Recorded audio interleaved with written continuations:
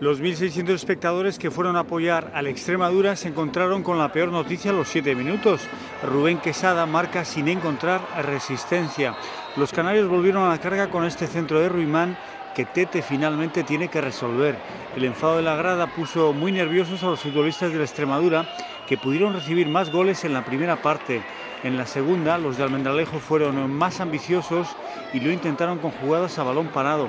El vecindario se replegó y cedió la posesión. En pleno asedio a la meta canaria, Rafa estrelló una volea en el larguero.